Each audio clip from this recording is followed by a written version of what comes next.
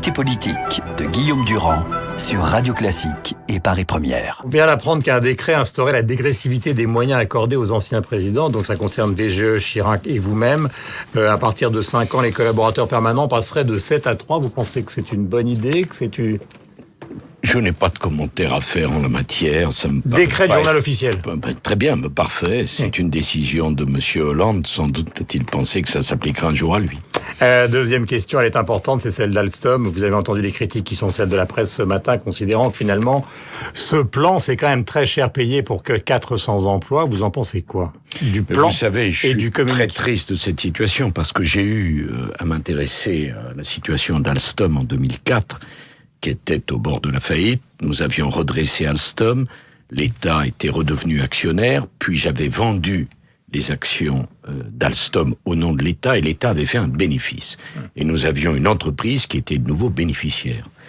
Le plan est grotesque. Grotesque pourquoi ? Il est grotesque parce que, si vous voulez, c'est un cutter sur une jambe de bois.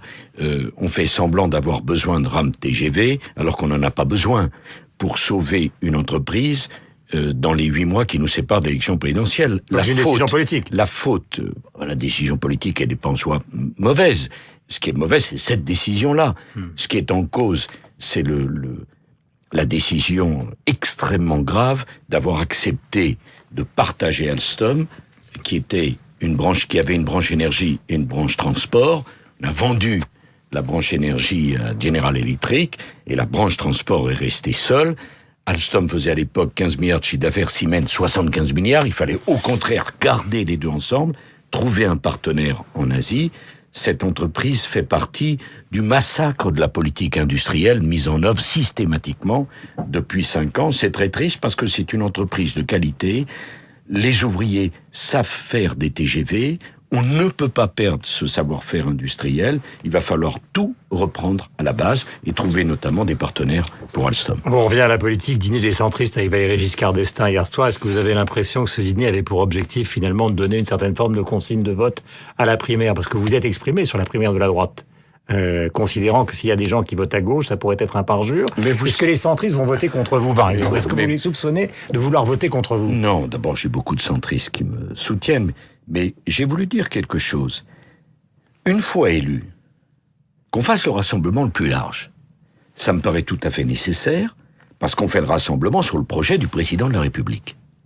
Si on appelle la gauche à voter pour vous, avant même d'avoir été élu, par exemple, avant même d'avoir été élu, ça veut dire qu'on est prêt à faire une politique moitié de gauche, moitié de droite, à faire des compromis avec la gauche pour gagner, et donc on prépare une alternance qui sera pas une alternance forte, mais qui sera l'alternance des compromis.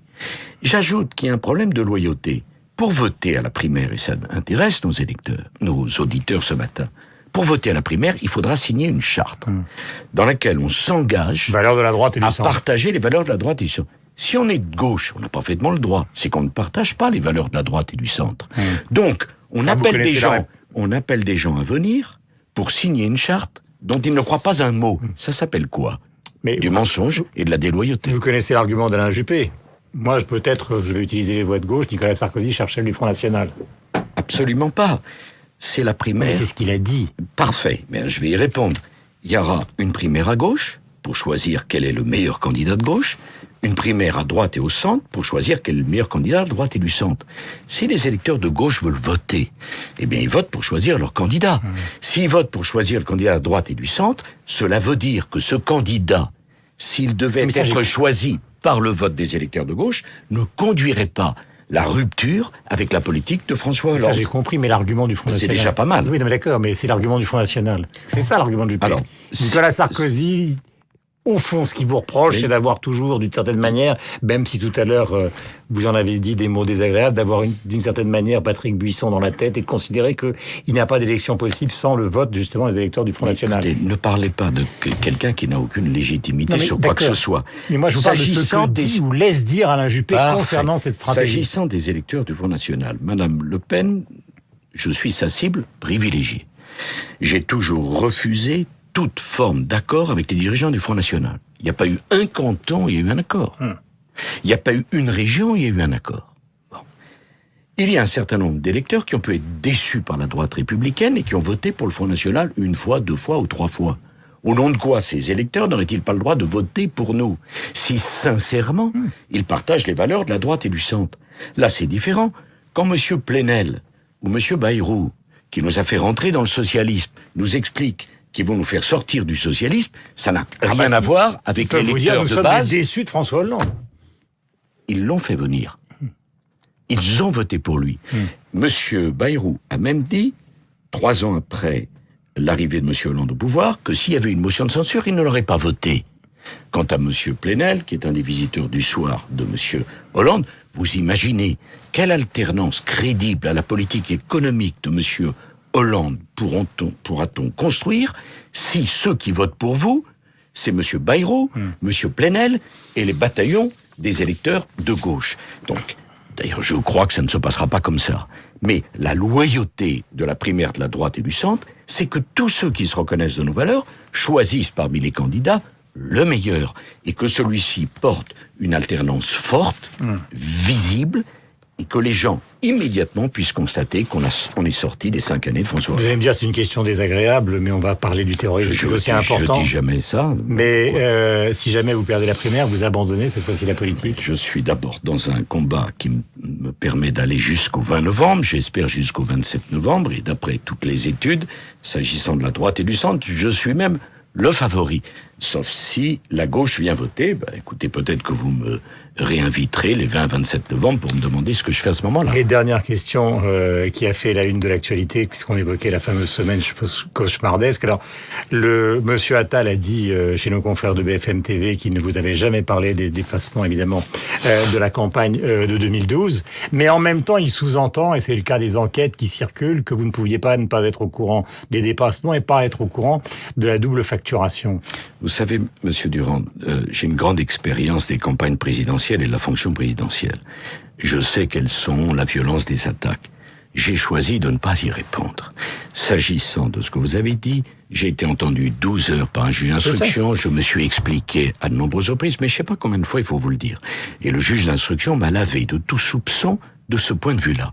Quant au dépassement de mes comptes de campagne, je suis le seul candidat dans l'histoire de la République qui n'aura pas coûté 1 centime aux contribuables, puisque je n'ai pas été remboursé et que j'ai dû faire ce qu'on a appelé à l'époque le sarcoton. Donc, franchement, Monsieur Attal a été lui mis en examen pour des faits extrêmement graves, il s'en expliquera. Moi, j'ai été lavé de toute forme de soupçon. Et vous pourriez également dire que j'ai obtenu encore un non-lieu, le 5e, mais ça personne n'en parle, que la campagne présidentielle de 2012 s'était faite sur l'affaire Bettencourt, que depuis j'étais parfaitement innocenté, personne n'en parle. Mais combien de temps serez-vous passionné par cela?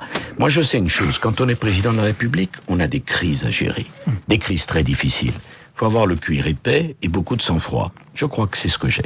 Régis Debray, c'était dans le Figaro hier, et Michel Serres, c'était dans Le Monde il y a quelques jours, considère qu'il faut arrêter de parler de la guerre concernant le combat que nous avons face aux terroristes. Ça n'a strictement aucun rapport avec les grands conflits qui ont marqué, disent-ils, l'histoire notamment du XXe siècle. Alors, dans ces conditions, s'il n'y a pas de guerre, pourquoi il faut interdire le voile? Pourquoi il faut interdire le voile à l'université? Pourquoi il faut interdire le burkini? C'est un sujet Parce que ça, c'est quand même une extrêmement important, et malheureusement, Monsieur Durand, les problèmes sont devant nous, et pas derrière. Nous avons 2 adversaires de nature différente et que, de mon point de vue, il ne faut pas confondre. Nous sommes d'abord en guerre, je maintiens le mot, contre l'État islamique. Ces barbares de l'État islamique, je vous rappelle que depuis 20 mois, nous avons connu 238 victimes.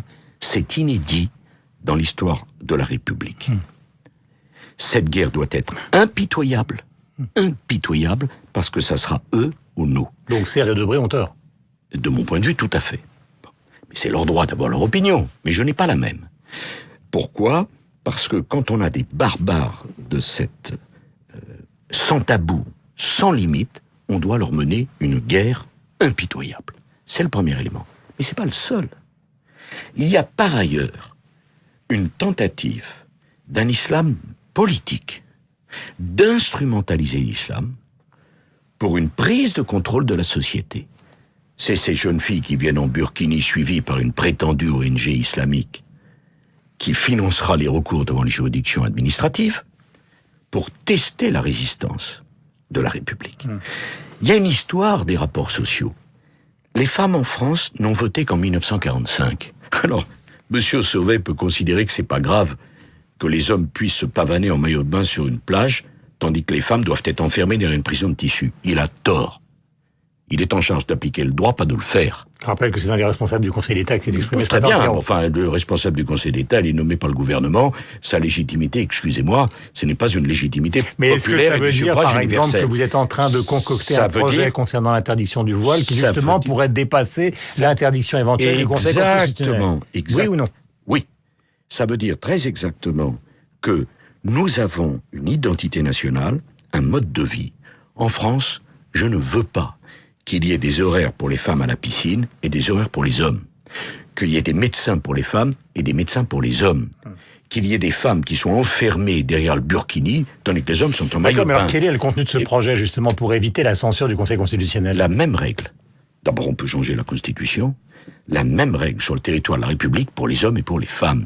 Et ce qui est profondément choquant dans cette affaire-là, c'est qu'on peut vivre dans un pays où Mme Belkacem, qui insulte le pape, aurait bien mieux fait de quitter le plateau lorsqu'un individu a refusé de lui serrer la main parce qu'elle était une femme. Nous sommes la France. Nous sommes la France. Si, les leçons intellectuelles données par Mme Belkacem au pape, franchement, on aura tout vu dans ce quinquennat finissant. Sur le territoire de la République française, les femmes et les hommes ont les mêmes droits. Il y a des pays où les femmes n'ont pas le droit de conduire. Si on veut vivre dans ces pays-là, on est libre d'y aller. Sur le territoire de la République française, on n'accepte pas cela. Et si nous devions l'accepter, eh bien, dans 10 ans, il n'y aura plus une jeune fille de la communauté maghrébine qui pourra être sans voile, parce qu'à ce moment-là, elle sera montée du doigt. C'est la tyrannie des minorités, c'est le communautarisme dont je ne veux à aucun prix.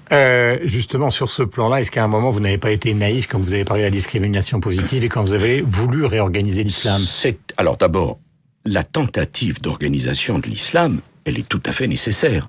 J'ai commencé le travail en 2003, j'ai créé le CFCM, Conseil français du culte musulman. J'observe d'ailleurs, Guillaume Durand, que personne n'est revenu sur le CFCM depuis. Heureusement que nous avons une organisation pour discuter avec l'islam. Pourquoi?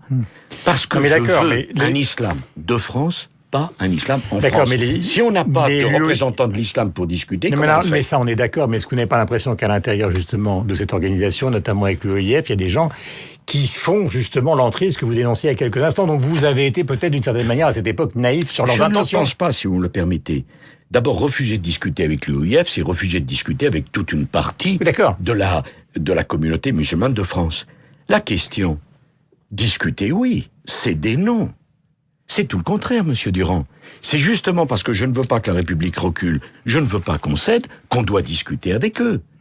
La question de la prise en main de la société par des organisations proches des frères musulmans, la réponse, c'est pas le refus de discussion, c'est l'application de la même règle pour tout le monde. Pas de voile, pas de burkini, pas d'horaire dans les piscines, et l'égalité stricte des droits entre l'homme et la femme. C'est ça la République française. Dernier point qui concerne, évidemment, qui vous concerne personnellement. On voit que Barack Obama a quitté le pouvoir à 55 ans. Bill Clinton, si ma mémoire est bonne, l'a quitté à 55 ans. David Cameron a quitté le pouvoir à 49 ans. Il l'a pas souhaité, mais il a quitté à 49 ans.